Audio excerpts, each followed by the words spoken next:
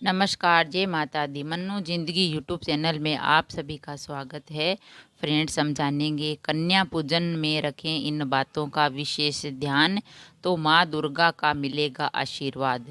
तो कन्या पूजन करते समय हमें किन बातों का विशेष ध्यान रखना चाहिए जिससे माँ दुर्गा प्रसन्न होती है और हमें आशीर्वाद देती है।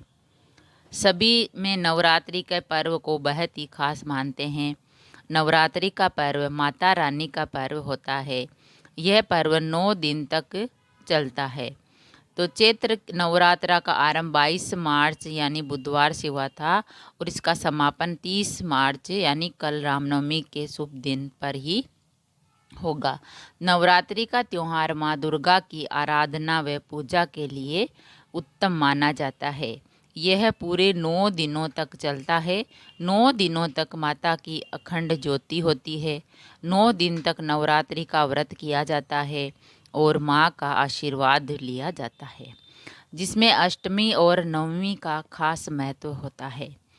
तो भक्त माता की विधिवत पूजा और व्रत करते हैं और साथ ही कन्या पूजन भी करते हैं। अगर ऐसे में आप नवमी के दिन कन्या पूजन कर रहे हैं तो इस दौरान कुछ बातों का विशेष ध्यान रखें, वरना व्रत पूजन का पूर्ण फल आपको नहीं प्राप्त होगा। तो अपने लेख द्वारा कन्या पूजन पर ध्यान रखने वाली बातें हम आपको बता रहे हैं।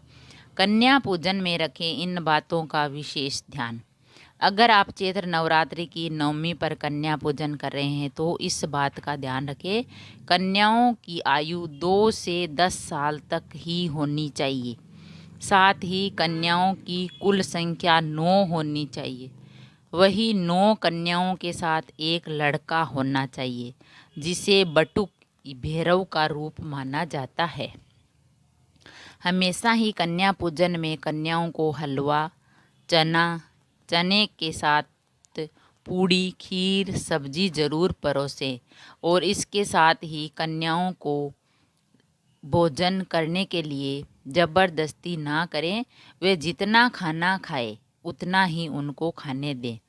इसके बाद अपनी इच्छा अनुसार कन्याओं को दान दक्षिणा देवें। कन्या पूजन में सभी कन्याओं को लाल रंग की चुनरी और इसके बाद पैर छूकर आशीर्वाद प्राप्त करें।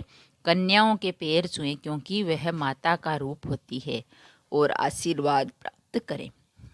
किसी भी दिन कन्याओं का अपमान नहीं करना चाहिए, लेकिन कन्या पूजन में भूल कर भी कन्याओं का अपमान ना करें और ना ही किसी पर क्रोध करें। अगर कोई ऐसा करता है तो माता उनसे क्रोधित हो जाती है। तो फ्रेंड्स, हमने जाना कन्या पूजन में इन बातों का विशेष ध्यान रखना चाहिए। कन्या का अपमान नहीं करना चाहिए, उस पर क्रोध भी नहीं करना चाहिए और कन्या को लाल चुनरी ओढ़ाएं और उसका पैर छूकर आशीर्वाद प्राप्त करें। अगर वीडियो अच्छा लगा तो लाइक और शेयर ज़रूर करें। ऐसे ही और वीडियोस देखने के लिए चैनल को सब्सक्राइब करें। Thank you. धन्यवाद।